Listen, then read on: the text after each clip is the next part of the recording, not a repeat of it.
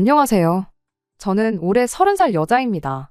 학교 다닐 때 성적은 전교 등수에 들어가는 상위권이었지만 집안 환경이 어려웠던지라 원하던 대학교에 진학하는 걸 포기하고 전문대에 들어갔어요.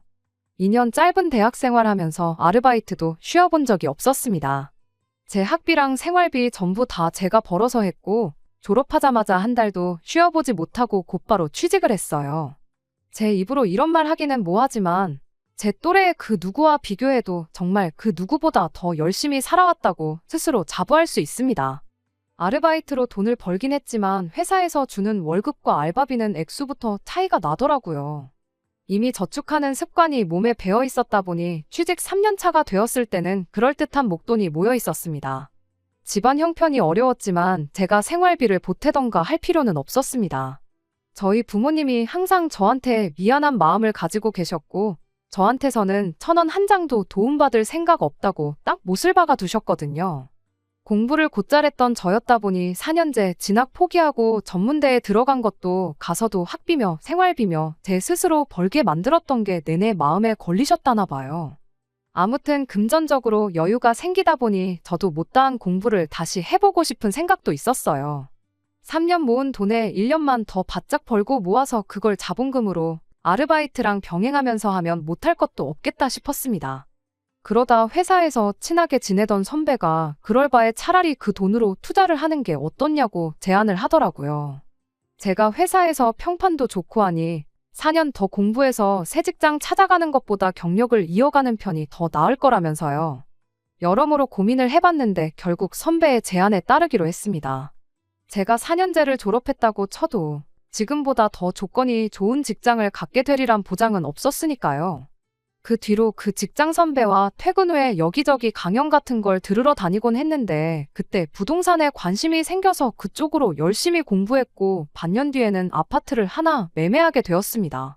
제가 모아놓은 돈만 가지고는 모자라 대출을 받아야 했는데 처음에는 그런 큰 빚이 생긴다는 게 부담이 되긴 했지만 저축하고 돈 모으는 것만큼 자신 있는 게 또 없었다 보니 결국 큰 결심을 내렸고 26살에 내 집 마련을 할 수 있었습니다. 서울 외곽에 지은 지도 엄청 오래된 구축 아파트였는데 얼마 지나지 않아서 재개발호재도 터지고 하면서 운 좋게 큰 이득을 보게 되었습니다.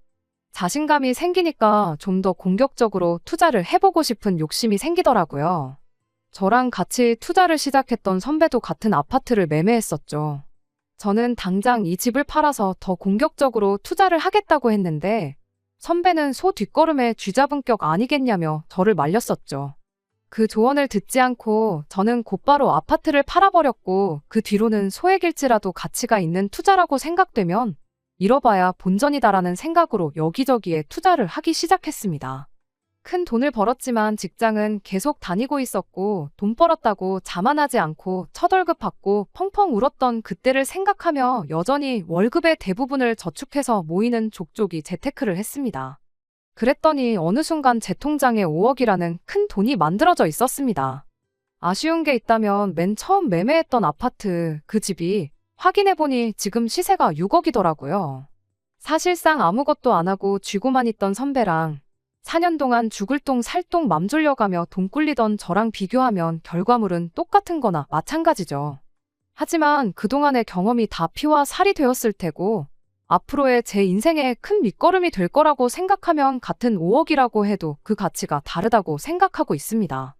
제 지루한 인생 이야기가 너무 길었네요. 사실 여기에 사연을 보내게 된 이유는 결혼까지 생각했던 남자친구 때문입니다. 남자친구는 저한테 투자를 제안했던 직장 선배의 소개로 처음 만나게 되었어요. 4년제 대학을 졸업했고 대기업까지는 아니지만 알만한 사람은 다 아는 회사 다니고 있고요. 26에 시작한 연애였다 보니 결혼을 전제로 시작한 연애는 아니었습니다.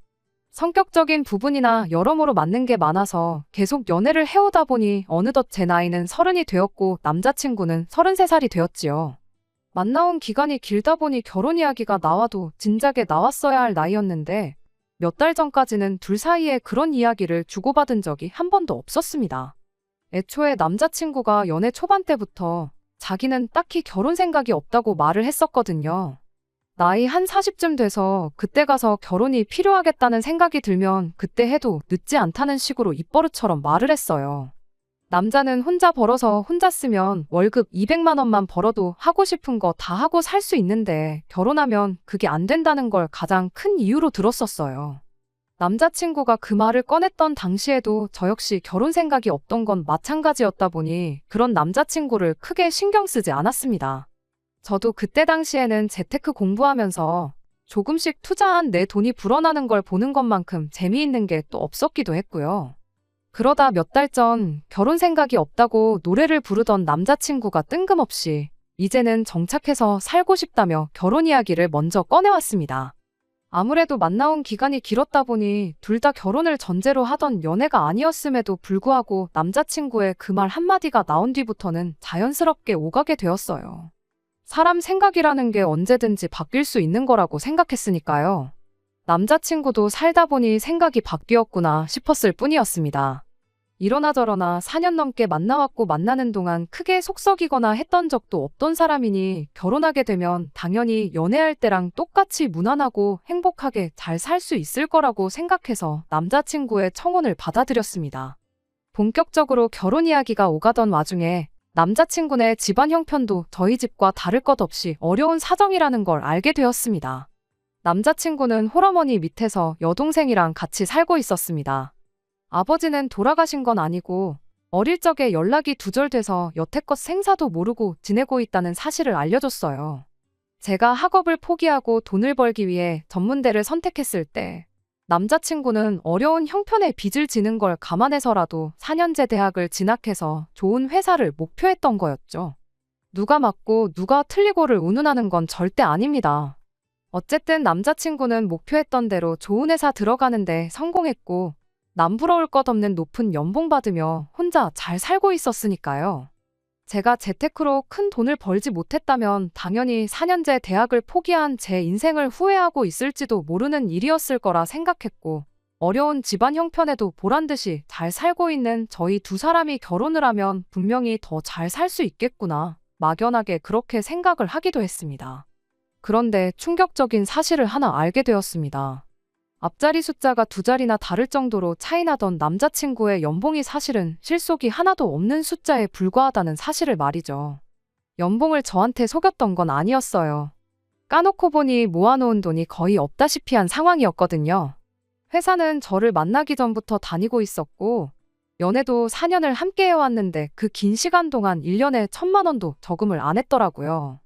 어쩌다 그 큰 돈을 연봉으로 받으면서 돈 한 푼 제대로 못 모았나 싶었는데 남자친구가 집안에 대들보 노릇을 하느라 그랬다는 사실을 알게 된 거예요. 학교 들어가면서 공부하는 동안 생긴 빚 갚는데 일부분, 그리고 새가족 생활비에 여동생 학비까지 전부 남자친구가 취직한 이래로 남자친구 주머니에서 나가고 있던 상황이었더라고요. 돈이 모일래야 모일 수 없는 상황이었죠. 지금 다시 생각해보면 남자친구가 결혼은 40 넘어서 하고 싶다고 했던 말이 아무래도 이런 자기 처지를 누구보다 잘 알고 있었기에 꺼냈던 말이 아닐까 싶습니다. 그 사실을 안 뒤로부터는 결혼이 현실이라는 말이 와닿기 시작했어요. 지금이야 시간을 돌릴 수만 있다면 이때 이 사실을 알게 되었을 때 시원하게 결혼 이야기도 없던 걸로 하고 그만 만나자고 했을 테지만 그때 당시에는 4년 연애한 시간도 시간이고 모아놓은 돈이 없다고 해서 청혼 받아들인 지 한 달도 안 돼서 결혼을 무르자고 말을 꺼낼 자신도 없었지요. 그저 긍정적인 부분만 생각하는 거 말곤 말이에요. 더군다나 제가 여태껏 모아놓은 돈에 대해서는 남자친구한테 단 한 번도 말을 꺼낸 적이 없었다 보니 나보다 모아놓은 돈이 없다는 이유만 가지고 결혼을 무르자고 할 수도 없던 상황이기도 했네요. 그래도 긍정적인 방향으로 생각하다 보니 어떻게 잘만 해보면 이 결혼이 무조건 나쁘지 않겠다 하는 생각이 들기도 했습니다. 이러나 저러나 남자친구가 저보다 높은 연봉을 받고 있는 건 사실이었으니까요. 제 돈으로, 제 명의로 집 구해서 신혼살림 차리고 결혼식도 조촐하게 하고 허례허식 생략하고 신혼여행도 가까운 제주도나 일본 정도 다녀오면 결혼 비용도 많이 아낄 수 있겠다는 계산이었어요. 여의치 않으면 신혼여행은 또 안 가버리면 그만이었고요. 생활비는 제 월급으로 어떻게 해보고 남편 월급은 고스란히 저축해서 목돈이 되면 재테크를 하는 식으로 한다면 어쨌든 투자를 할 목돈은 지금보다 훨씬 빠르게 모일 테니 몇 년 뒤면 그 돈도 메꾸지 않겠나 하는 계산이었어요. 긍정적인 것만 생각하자는 건 저뿐만이 아니라 남자친구도 마찬가지였지요. 다만 현실적인 부분을 생각하는 게 아니고 계속 뜬구름 잡는 이야기만 하는 게 문제였어요. 요즘 출산율 때문에 나라가 망한다느니 어쩐다느니 하는 뉴스만 나오는데 아이는 한 셋쯤 낳아야지 나라에 이바지할 수 있는 거 아니냐. 나는 딸만 셋이든 아들만 셋이든 상관없다고. 그냥 하늘이 보내준 천사라고 생각하고 사랑으로 키우자 하는 그런 뜬구름 잡는 이야기 말이죠. 안 그래도 하루하루 지나갈수록 아무리 긍정적인 부분만 보려고 노력하고 있었다고 하지만 이 결혼에 대한 확신이 점점 더 옅어져만 가는데 남자친구는 속도 없이 저런 뜬구름 잡는 소리나 하고 있으니 저도 그 말에는 신경질적으로 나갈 수밖에 없었습니다.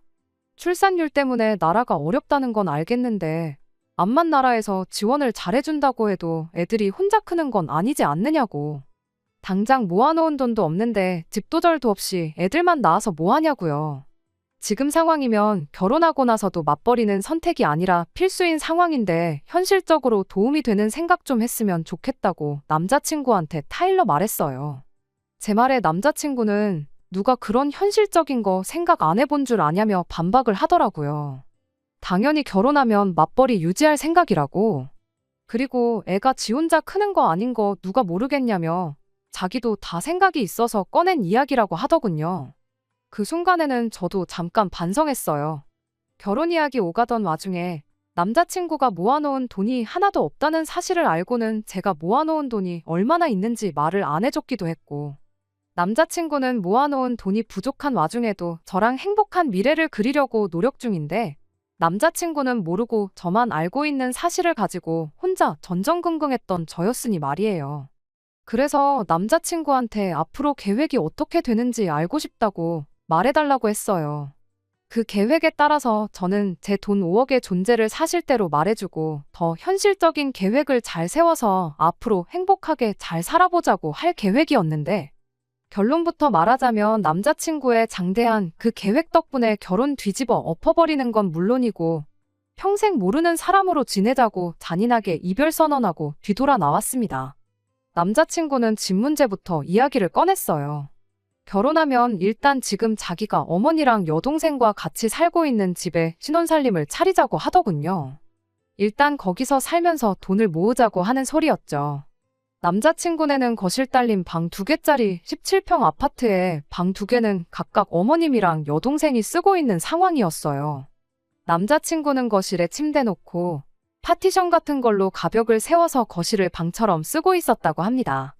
17평 아파트 거실이 넓어봐야 얼마나 넓겠어요. 제 나름대로 부동산 공부를 열심히 했다 보니 아파트 구조에 대해서도 나름 빠삭한 편이었다 보니 안 봐도 그림이 다 그려지더라고요. 그래서 곧바로 따져 물었어요. 거실에 침대 하나랑 책상 하나 들어가 있는 게 고작 아니냐고. 애초에 17평 아파트에 지금 셋이서 사는 것도 미어 터지지 않냐. 그런데 지금 그 집에 나까지 들어가서 살자는 거냐 한마디 했죠. 그러자 남자친구가 마치 제 입에서 그 말이 나오길 기다렸다는 듯이 곧바로 대답을 하더라고요. 그럼 집을 새로 알아보는 게 어떻겠냐고 하면서 지금 가족들하고 살고 있는 집이 어머니 명의로 되어 있는 전세인데 보증금을 빼면 1억 5천 정도 나온다고. 그러면 그 돈 합쳐서 6억 5천 정도 하는 집을 알아보면 어떻겠냐고 하는 겁니다. 그 정도 돈이면 위치 괜찮은 곳에 전세로 들어갈 수도 있고 아니면 서울 외곽의 구축 아파트 평수 넓은 아파트도 하나 구할 수 있지 않겠냐면서 말이에요. 방이 3개짜리고 4개짜리고 30평 되고 40평 되고 그런 게 중요한 게 아니었어요. 그 말을 듣는 순간 구체적인 액수를 정해놓은 사실을 두고 안 좋은 촉이 오기 시작했습니다. 새로 구해보자는 그 집이 어머님 전세금을 빼면 제가 모아놓은 돈하고 딱 맞아 떨어지는 금액이었으니까요. 애초에 6억이면 6억, 7억이면 7억이라고 하지. 콕 집어서 6억 5천이라고 하는데 그 순간에는 제가 아니라 그 누구였을지라도 저랑 똑같이 의심부터 했을 거라고 생각합니다.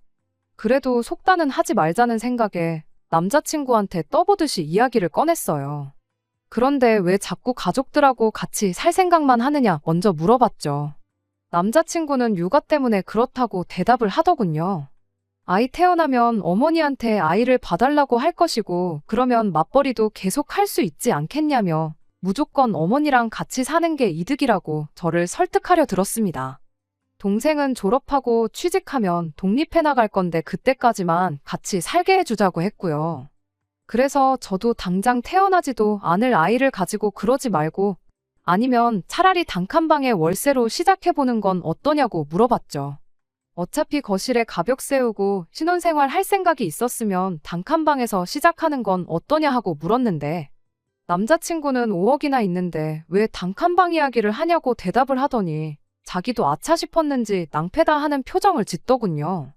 알고 보니 남자친구는 제가 모아놓은 돈의 존재를 알고 있던 거였어요. 40살 넘어서 결혼한다고 했던 말을 바꾸고 저한테 결혼 이야기를 넌지시 꺼냈던 것도 제가 돈이 있다는 걸 알고 나서 그랬던 거더라고요. 어떻게 알았냐고 물어보니 제 직장 선배한테 들었다고 해요. 그렇다고 해서 자기가 제 돈을 노리고 저랑 결혼하자고 말을 꺼낸 건 아니랍니다. 결혼하고 싶다는 생각이 들 때쯤 해서 자기가 모아놓은 돈이고 뭐고 아무것도 없고 집안에 대들보 노릇을 하고 있는 게 마음에 걸렸다고 하더라고요. 그래서 저랑도 잘 알고 자기랑도 친하던 제 직장 선배한테 고민을 털어놓은 적이 있었는데 그때 직장 선배가 제가 돈이 못해도 5억은 있을 거라는 사실을 알려줬다네요. 하지만 제 돈은 제 돈이고 가족들 뒷바라지는 포기할 수 없는 노릇이었으니 나름대로 머리를 썼던 거예요. 17평 아파트에 가벽 세워서 신혼살림 차리자고 했을 때 그걸 좋다구나 하고 그러자고 할 사람이 없을 거잖아요. 거기에 당장 자기가 목돈을 마련할 방법이 없으니 어머니 전세금을 빼서라도 1억 5천이라는 큰 돈을 마련해오겠다고 그 돈 합쳐서 신혼집 구하고 그런 김에 어머니도 여동생도 같이 한 집에 살게 하면서 자기는 자기대로 집안 대들보 노릇을 이어가려고 꺼낸 개수작을 부리고 있었던 거예요. 이 다음은 안 봐도 뻔한 이야기지요. 모아놓은 돈 한 푼도 없이 결혼하는 것도 모자라 내 돈으로 큰 집 구해서 자기 가족들 뒷바라지 하면서 살 계획이나 꾸미고 있던 사람하고 더 길게 이야기할 필요가 뭐가 있겠어요? 나 없이도 집안 대들보 노릇 하면서 가족들 뒷바라지 잘 해줬는데 굳이 나까지 같이 그걸 해줄 필요는 없겠다고. 그냥 오늘부로 결혼 이야기도 없던 일로 하고 없던 일로 하는 김에 이제 서로 모르는 사람으로 지내자고 이별 선언까지 확실히 하고 자리에서 일어났습니다. 오히려 그렇게 더럽게 끝이 나고 나니까 일말의 아쉬움도 들지 않았어요. 집으로 돌아오는 길 내내 전화기가 계속해서 울리길래 전화번호도 차단해버렸어요. 그랬더니 저녁이 돼서 직장 선배한테서 전화가 왔습니다. 대번에 남자친구 편을 들면서 말을 하더라고요. 처음부터 모아놓은 돈에 대해서 말을 안 해준 제 잘못이라고 하길래 그럼 선배라면 결혼하자는 사람이 모아놓은 돈이 한 푼도 없는 사실을 알게 되면 나한테 5억이 있으니까 걱정 말고 결혼하자고 말할 수 있냐고 물어봤죠. 선배는 제가 말한 질문에는 대답을 하지 않고 또다시 남자친구 편을 들어주더군요. 남자친구가 그래도 너보다 돈을 훨씬 더 잘 벌지 않냐고 월급 이야기를 꺼내길래 그 가족들한테 들어가는 돈은 얼만지나 알고 그러시냐고 따져 물었어요. 선배는 그런 저를 두고 사람이 왜 그렇게 이기적이냐, 인생 혼자 사는 거 아니다 하면서 그렇게 이것저것 따지다간 평생 결혼을 못할 거라고 하더라고요. 4년이나 만나놓고 결혼을 이렇게 뒤집어버리면 남자친구가 뭐가 되냐며 자꾸 그쪽 편을 드는데 남자친구가 4년 허비했으면 나도 똑같이 4년 날려먹은 거라고. 남자친구 시간 따로, 내 시간 따로 다르게 흐는 거 아니라고 말하고 선배한테도 실망이라고 한마디 했네요. 어련히 때가 되면 내가 말했을 내 재산인데 마음대로 남자친구한테 알려준 게 선배 아니냐고요. 애초에 이 사단이 선배가 남자친구한테 내 돈이 얼마나 있는지 맘대로 말해줘서 생긴 일 아니겠냐고. 선배야말로 결혼 준비 시작했던 몇 달이나마 내 인생 낭비하게 만든 거 모르냐. 정말 사람 다시 봤다고. 앞으로 연락도 하지 말고 지내자고 딱 잘라 말하고 선배 전화번호도 차단해버렸네요. 남자친구야, 내 돈으로 가족들 챙길 생각뿐이었으니 당연히 연을 끊어도 모자랄 게 없다고 생각하지만 선배의 경우에는 아직도 안타까운 마음이 들어요. 어쨌든 제가 돈을 이만큼 모을 수 있는데 가장 큰 영향을 끼치기도 한 사람이기도 하고 제가 가족처럼 믿었던 사람이었다 보니 제 돈이 얼마나 있는지 가족들 다음으로 맨 처음 말해줬던 사람이기도 하거든요. 저희 어머니는 제 인생에 더 이상 도움 안 될 사람들 이번 기회로 잘 끊어낸 거라고 하시긴 하는데, 사실 아직도 마음이 조금 그렇긴 하네요. 끝까지 들어주셔서 감사합니다. 오늘의 사연은 여기까지입니다. 구독과 좋아요, 알람 설정 부탁드리고 더 좋은 사연으로 다시 찾아뵙겠습니다. 감사합니다.